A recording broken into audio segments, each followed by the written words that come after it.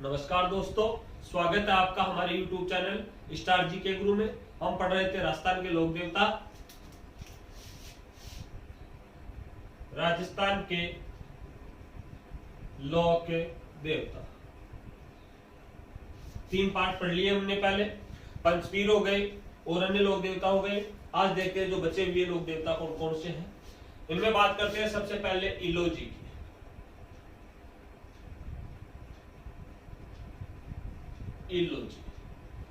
इलोजी की बात करें तो इलोजी को होलिका का प्रेमी कहा जाता है तथा छेड़छाड़ का देवता भी कहा जाता है। अजय कृष्ण छेड़छाड़ के देवता इलोजी, होलिका के प्रेमी इलोजी। आज भी जालोर शहर में इलोजी की बारात निकाली जाती है। आज भी होली के दिन, होली जो त्योहार है अपना, होली के दिन आज भी इलोजी की बारात निकाली जाती है होलिका के याद में। बात करें मंदिर की, इलोजी का मंदिर है जैसलमेर में। इलोजी का मंदिर जैसलमेर में है और बारात निकाली जाती है जालोर में। बताया जाता है इलोजी कुंवारों की शादी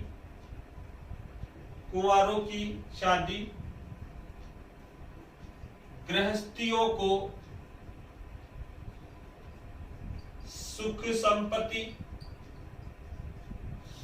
तथा बांझ को संतान प्राप्ति कराते। यह आपके इलोजी होलिका के प्रेमी, छेड़छाड़ के देवता। आज भी होली के दिन जालोर में इलोजी की बारात निकाली जाती है। मंदिर है इनका जैसलमेर में। कुंवारों की शादी कराते हैं। जिनकी शादी नहीं होती वो यहाँ जा सकते हैं और पूजा करे, तन मन से इलोजी की सेवा करे, पूजा करे, आराधना करे तो शायद उनकी मनोकामना पूरी हो। तो कुंवारों की शादी, गृहस्थियों को सुख संपत्ति और बांझ को संतान प्राप्ति करवाते हैं। इसके अलावा हम बात करें नेक्स्ट लोक देवता होंगे आपके मल्लीनाथ जी। मल्लीनाथ जी के बारे में देखें तो मल्लीनाथ जी का जन्म 1358 ईस्वी में, लगभग 1358 ईस्वी में इनका जन्म हुआ और इनके पिता रावतीड़ा, माता जाड़ीदे, पत्नी रूपादे, गुरु उगम सिंह भाटी। ये है मल्लीनाथ जी। मल्लीनाथ जी का जन्म लगभग 1358 ईस्वी में मालानी क्षेत्र में हुआ। इनके पिता रावतीड़ा मालानी के शासक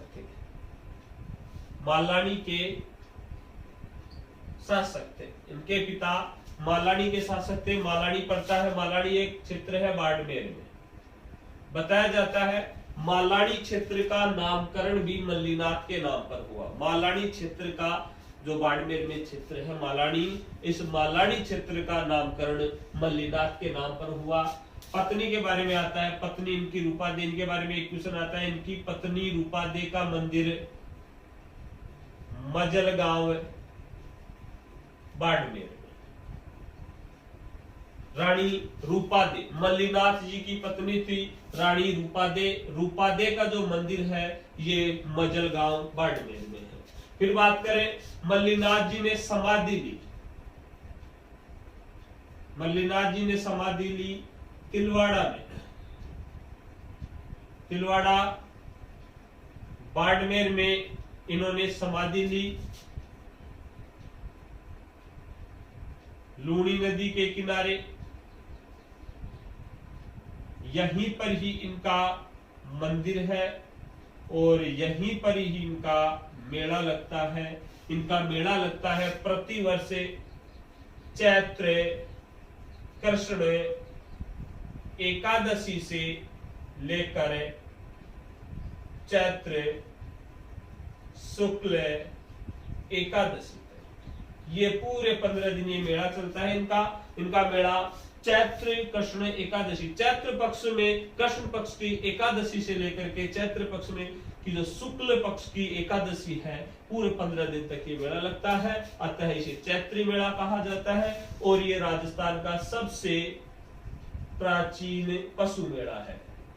पशु मेला है, मल्लिनाथ जी का पशु मेला है ये, और ये राजस्थान का सबसे प्राचीन पशु मेला माना जाता है। तो दोबारा देखो मल्लिनाथ जी को, पिता रावतीडा मालानी के शासक थे, मालानी क्षेत्र है, इस मालानी का नामकरण मल्लिनाथ जी के नाम पर हुआ।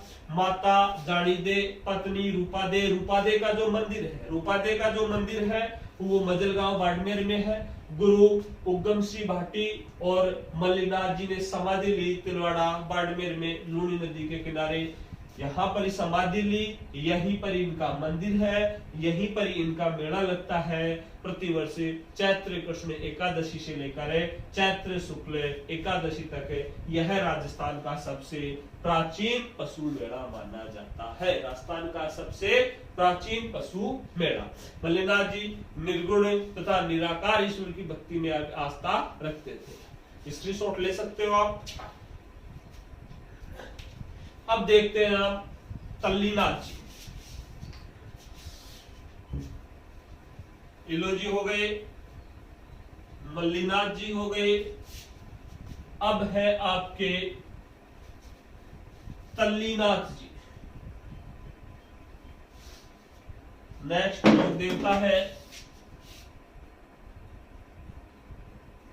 तल्लीनाथ जी। तल्लीनाथ जी की बात करें तो तल्लीनाथ जी का मूल नाम गांगदेव राठौड़। तल्लीनाथ जी का जो मूल नाम था वो गांगदेव राठौड़।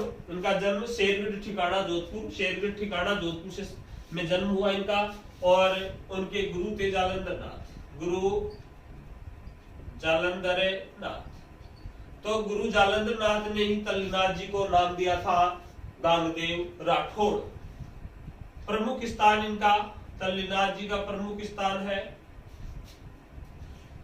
जालोर जिले की आहोर तहसील में। जालोर जिले की आहोर तहसील में एक गांव है पांचोटा गांव।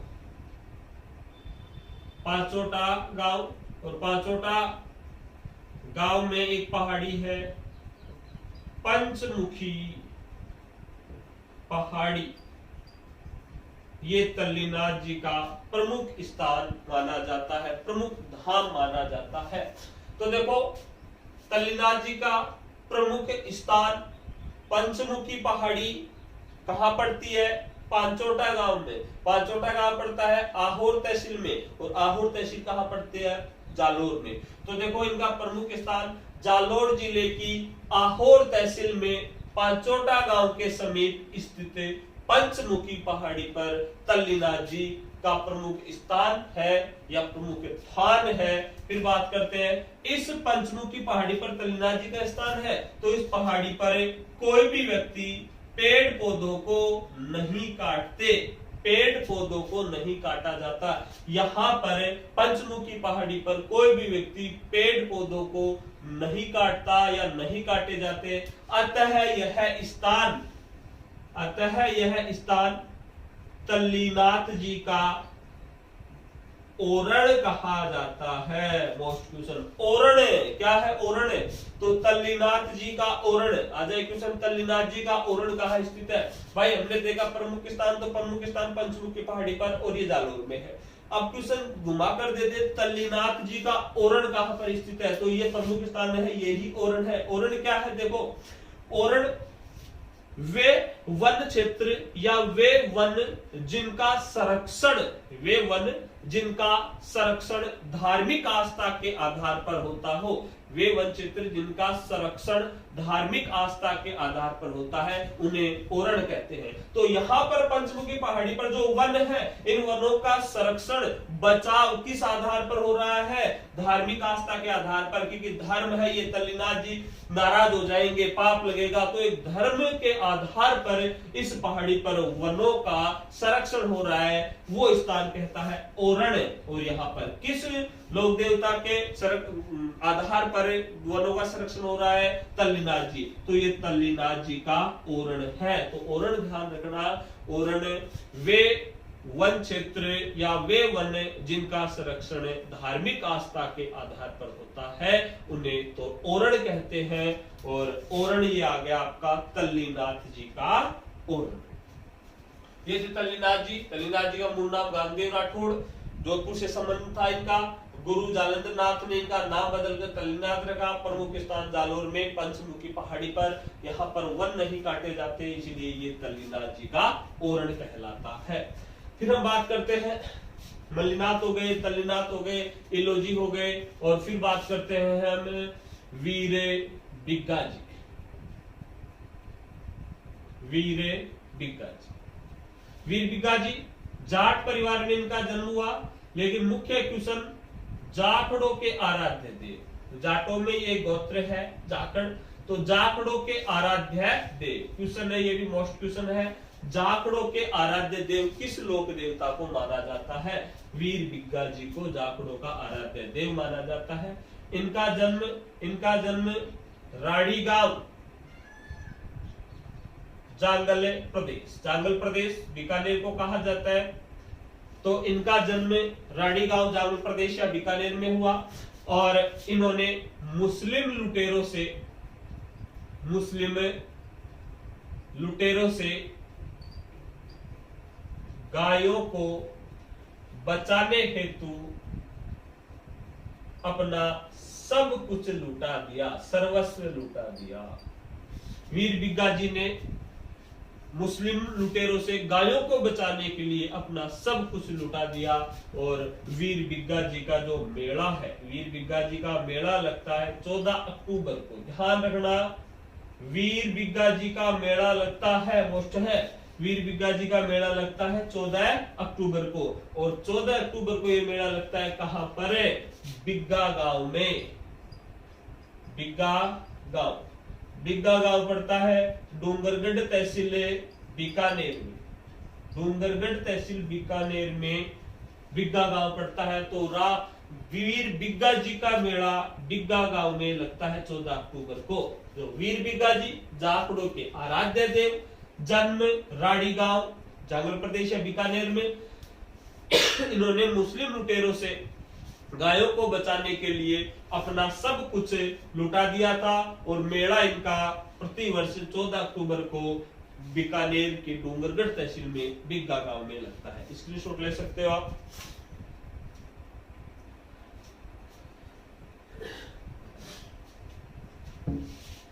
तल्लीनाथ जी हो गए, वीर बिग्गा जी हो गए। अब है आपके झरड़ा जी या रूपनाथ जी।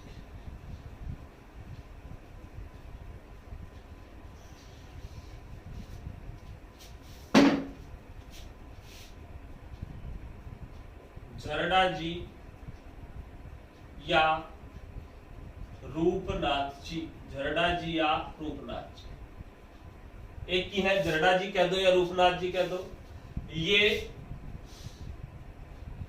पाबू जी के बड़े भाई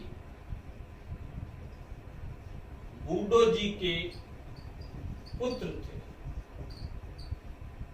पाबू जी के बड़े भाई बूढ़ो जी के पुत्र थे। इनका जन्म कोड़ुमंड में हुआ। जहां पर पाबू जी का जन्म हुआ था कोड़ुमंड, फलोदी तहसील जोधपुर, कोड़ुमंड में इनका जन्म बताया जाता है। और फिर क्वेश्चन देखो क्या है, पाबू जी ने युद्ध किया था जिंदराव खिची से, अपने बहनोई से युद्ध किया था। क्यों? देवलबाई चारणी की गायों की रक्षा के लिए। तो हमने पढ़ा था, जब पाबू जी पढ़े, हमने उसमें पढ़ा था कि जिंदराव खींची से गायों की रक्षा करने के लिए उससे युद्ध लड़ा था गायों की रक्षा हेतु, और उससे युद्ध करते हुए उससे लड़ते हुए पाबूजी और उसके बड़े भाई बूढ़ो जी दोनों है वीर गति को प्राप्त हो गए थे। तो यहाँ पर झरड़ा जी या रूपनाथ जी अपने फूफा भाई फूफा होगा इनका, झरड़ा जी का फूफा होगा जिंदराव खींची, तो अपने फूफा जिंदराव खींची को मारकर, अपने फूफा जिंदराव खींची को मारकर अपने पिता व चाचा की मृत्यु का बदला लिया। तो जिंदराव खींची से लड़ते हुए पाबूजी और बूढ़ो जी दोनों भाई वीरगति को प्राप्त होते हैं। इसका बदला कौन लेता है? पाबूजी के भतीजे झरड़ा जी इसका अपने पिता व चाचा की मृत्यु का बदला लेते हैं। कैसे? अपने फूफा जिंदराव खींची को मारकर। जिंदराव खींची जायल नरेश था, जायल पड़ता है नागौर में। फिर झरड़ा जी के बारे में बात करें, झरड़ा जी को रूपनाथ, तो रूपनाथ क्यों कहा? झरड़ा जी की बात करें तो झरड़ा जी नाथ संप्रदाय में अगाध आस्था रखते थे। नाथ संप्रदाय, हम एक टॉपिक लेंगे राजस्थान के संत और संप्रदाय, जिसमें एक संप्रदाय होगा नाथ संप्रदाय, सगुण भक्ति धारा का नाथ संप्रदाय। तो नाथ संप्रदाय में अगाध आस्था रखते थे कौन? झरड़ा जी। और झरड़ा जी अपने अंतिम समय में नाथ संप्रदाय से दीक्षा ली, इसीलिए वो रूपनाथ कहलाए। तो झरड़ा जी या रूपनाथ एक ही है। फिर बात करें झरड़ा जी का प्रमुख स्थान, झरड़ा जी का प्रमुख स्थान एक तो कोडुमंड है जोधपुर में, और दूसरा स्थान है सिंबुदड़ा, ये पड़ता है बीकानेर में। तो राजस्थान में झरड़ा जी के दो स्थान बताए गए हैं, कोडुमंड और सिंबुदड़ा। कोडुमंड पड़ता है जोधपुर में और सिंबुदड़ा पड़ता है बीकानेर में।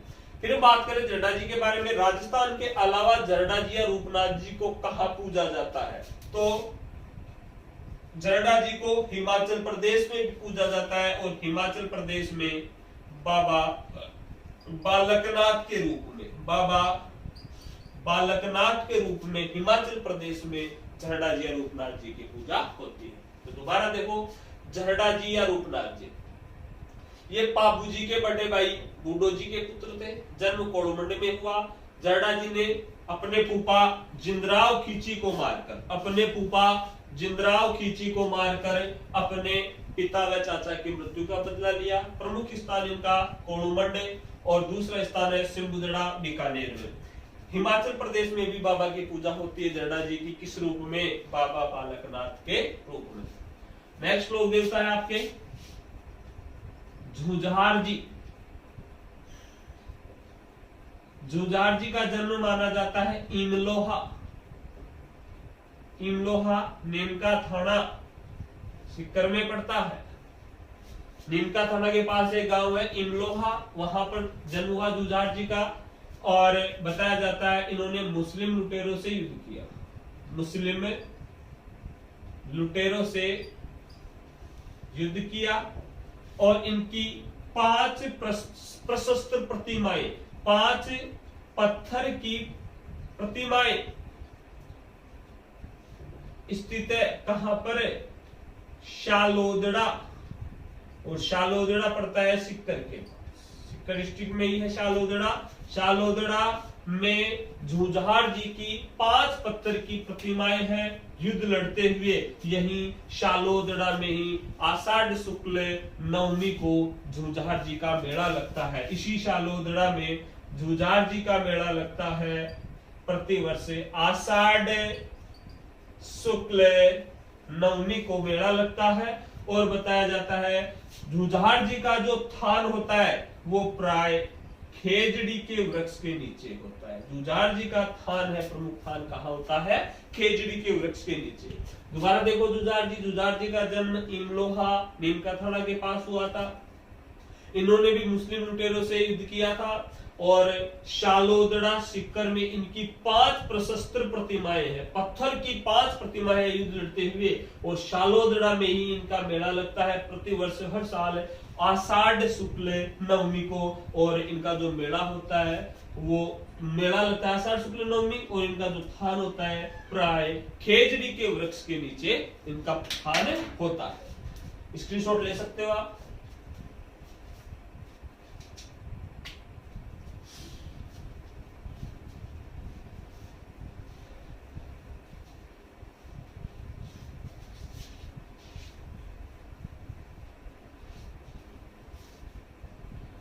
नेक्स्ट आपके भूरिया बाबा। भूरिया बाबा कह दो, गौतम ऋषि कह दो,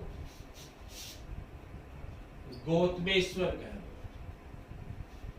भूरिया बाबा कह दो, गौतम ऋषि कह दो, गौतमेश्वर कह दो।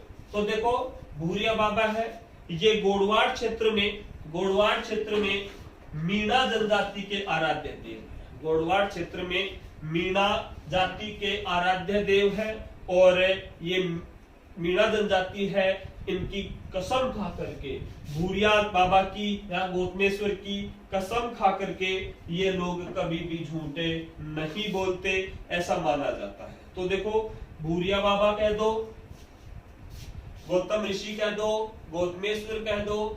ये गोडवाड़ क्षेत्र में, राजस्थान के गोडवाड़ क्षेत्र में मीणा जनजाति के आराध्य थे। गोडवाड़ क्षेत्र में, जो शिरोई का क्षेत्र है, आसपास का क्षेत्र है, गोडवाड़ क्षेत्र में मीणा जनजाति के आराध्य देव है, और मीणा जनजाति के लोग इनकी कसम खा करके झूठे नहीं बोलते।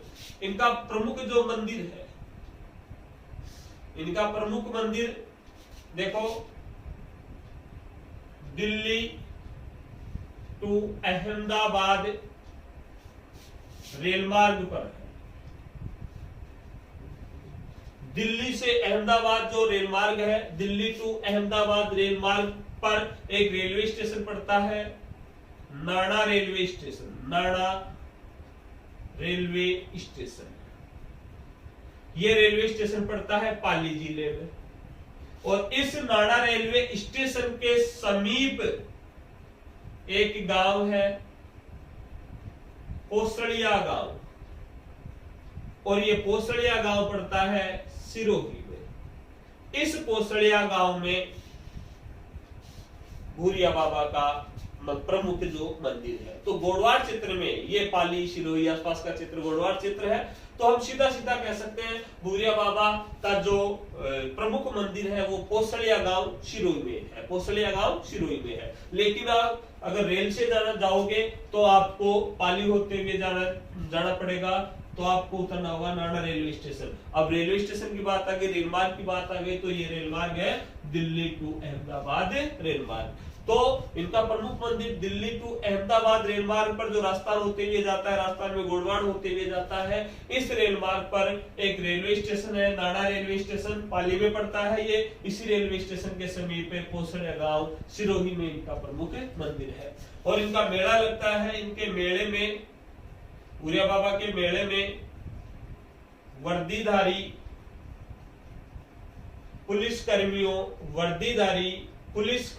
का प्रवेश निषेध है। वर्दीधारी पुलिसकर्मियों का प्रवेश निषेध है। वर्दीधारी पुलिसकर्मी के मेले में नहीं जा सकते।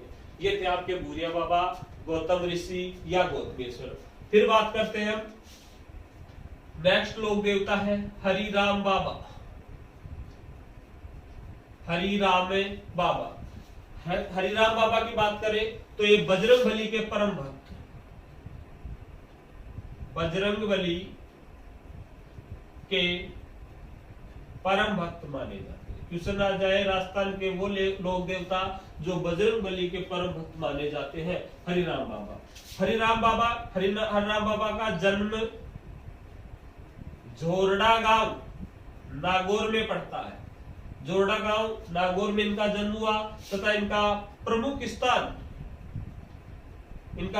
स्थान भी झोरडा गांव में ही है। तो ध्यान रखना, झोरडा गांव जोरडा गांव नागौर में पड़ता है और हरराम बाबा का जन्म भी जोरडा गांव में हुआ और हरराम बाबा का प्रमुख स्थान भी है जोरडा में ही है। और इनकी मूर्ति की जगह, इनके मंदिर में मूर्ति की जगह सांप की या सर्प की बाम्बी होती है, अर्थात सांप का जो बिल होता है, पूजा होती है बाम्बी की। तो इनकी मूर्ति की जगह, हरराम बाबा के मंदिर में मूर्ति की जगह एक सांप की बाम्बी होती है और प्रतीक होते हैं कमल चरण।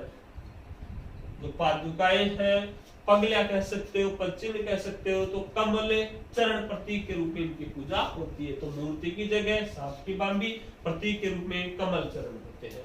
तो हरराम बाबा बजरंग बली के परम भक्त थे। जन्म झोरडा गांव, प्रमुख स्थान झोरडा गांव। इनके मंदिर में मूर्ति की जगह सांप की बाम्बी होती है और प्रतीक होता है कमल चरण। ये जो पद चिन्ह कह सकते हैं, इनकी बाबा की पूजा होती है। स्क्रीनशॉट ले सकते हो आप।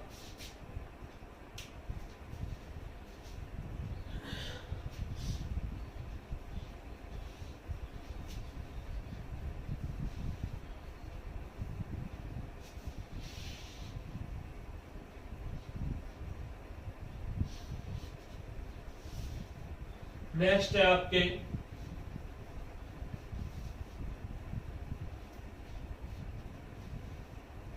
नेक्स्ट लोग देवता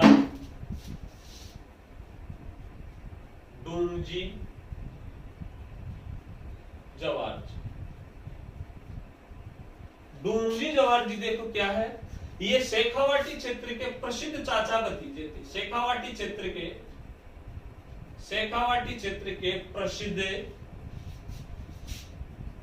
चाचा भतीजे थे। डूंगजी चाचा थे किनके, जवाहर जी के, और जवाहर जी इनके भतीजे थे। डूंगजी का पूरा नाम डूंगर सिंह शेखावत और ये जवाहर जी थे। डूंगजी का पूरा नाम डूंगर सिंह शेखावत, जो जवाहर जी के चाचा थे, अर्थात चाचा भतीजे की एक जोड़ी थी शेखावाटी क्षेत्र में। दोनों चाचा भतीजे अंग्रेजों व धनवानों को लूटते और गरीबों में बांट देते, थे। दोनों चाचा भतीजे अंग्रेजों व धनवानों को लूटते थे। अंग्रेजों की छावनियों में हमला बोलते थे, धन लूटते थे और धनवानों को लूटते थे और गरीबों में बांटते थे। इसीलिए देशभक्त के लिए अर्थात देश के लिए काम करते थे, देशभक्त कहा गया। और देशभक्त होने के नाते ही इन्हें राजस्थान में लोक देवता के रूप में पूजा जाता है। तो डूंगजी जवाहर जी शेखावाटी क्षेत्र में प्रसिद्ध चाचा भतीजे थे। ये अंग्रेजों और धनवानों को लूटकर गरीबों में बांटते थे, देशभक्त माने गए। तो इसी कारण इन्हें लोक देवता के रूप में पूजा जाता है। डूंगजी धाड़ेती बनने से पहले, लुटेरे बनने से पहले, वे यहाँ पर लुटेरे कहेंगे, देशभक्त है, गरीबों में बांटेंगे तो धाड़ेती कहेंगे। धाड़ेती बनने से पहले डूंगजी शेखावाटी ब्रिगेड में रसेलदार थे, पोस्ट पर थे। शेखावाटी ब्रिगेड में रसेलदार पद पर नियुक्त थे। बाद में इन्होंने नौकरी छोड़ करके ये सिस्टम अपनाया कि भाई जो अमीर है, अंग्रेज है, इनको लूटो और जो गरीब है, गरीबों में बांटो। इसी कारण से हम इन्हें लोक देवता के रूप में पूजते हैं। इस कारण डूंगजी का साड़ा था, एक साड़ा भैरू सिंह। डूंगजी का साड़ा है भैरू सिंह। इस भैरू सिंह ने गद्दारी कर ली, अर्थात अंग्रेजों का साथ दे दिया। तो अंग्रेजों ने इसके साड़े, डूंगजी के साड़े भैरू सिंह की सहायता से डूंगजी को पकड़कर आगरा की जेल में कैद कर लिया। अंग्रेजों ने क्या किया, अंग्रेज परेशान हो गए डूंगजी और जवाहर जी से। तो अंग्रेजों ने इनके साड़े, डूंगजी के साड़े थे भैरू सिंह की सहायता से डूंगजी को पकड़ लिया और आगरा की जेल में कैद कर दिया। अब डूंगजी की पत्नी अर्थात जवाहर जी की चाची, डूंगजी की पत्नी ने जवाहर जी को ताड़ पिलाई, डांटा कि तू तेरे चाचा को नहीं छुड़ा सकता है। तो क्या कर सकता है, चाचा के साथी है, अपने चाचा को तू नहीं चुरा सकता है, तो धिक्कार है तेरे पर। तो जवाहर जी ने लोटिया जाट की सहायता से, एक जाट था लोटिया जाट, इस लोटिया जाट की सहायता से, लोटिया जाट की सहायता से डूंग जी को आगरा की कैद से छुड़ा ले गए। ध्यान रखना, भैरों सिंह साड़े ने तो पकड़वा दिया, अंग्रेजों ने डूंग जी को कैद कर लिया आगरा की जेल में। फिर जवाहर जी ने लोटिया जाट की सहायता से, एक जाट था, लोटिया जाट की सहायता से आगरा से किसे छुड़ा ले गए, डूंग जी को छुड़ा ले गए। फिर ऐसे ही क्रम चलता रहा, लड़ते गए, लूटते गए, गरीबों में बांटते गए, अंत में जाकर के इनका जोधपुर में निधन हो जाता है, जोधपुर में निधन हो जाता है। ये थे आपके डूंग जी, जवाहर जी। इसके अलावा अन्य जो छोटे मोटे तो क्या है, मैटर करना उनका एग्जाम की दृष्टि से कम आते हैं वो। जैसे हम बात करें केसरिया कुंवर जी, केसरिया कुंवर जी, तो केसरिया कुंवर जी गोगा जी के पुत्र थे। केसरिया कुंवर जी गोगा जी के पुत्र थे। सर्प के काटने पर इनकी भी पूजा की जाती है। ये भी जहर चूसते थे, बताया गया है, जहर निकालते थे। तो केसरिया कुंवर जी गोगा जी के पुत्र, इनके थान पर सफेद रंग की ध्वजा चढ़ाई जाती है। फिर बात करें हम भोमिया जी, भोमिया जी भूमि के रक्षक, भोमिया जी भूमि के रक्षक, भोमिया जी भूमि के रक्षक हुए। बताया जाता है इनके बारे में, भोमिया जी के बारे में, कि गांव के बाहर इनका थान होता है, गांव के बाहर का क्षेत्र, उसे खेड़ा कहा जाता है, तो इसे खेड़ा का राजा कहा गया, भोमिया जी को खेड़ा का राजा। इसके अलावा बात करें वीर फत्ता जी साथू गांव जालोर। वीर फत्ता जी का संबंध है साथू गांव, और साथू गांव पड़ता है जालोर में। वीर फत्ता जी का संबंध है साथू गांव जालोर में। ऐसे ही है पनराज सर जी, पनराज सर का संबंध है पनराजसर गांव है जैसलमेर में। तो ये थे दोस्तों आपके लोक देवता। कैसा लगा वीडियो, कमेंट्स करके हमें जरूर बताएं, और जो हमारा चैनल है इसे ज्यादा से ज्यादा शेयर करें, सब्सक्राइब करें। नमस्कार दोस्तों, धन्यवाद, जय श्री राम।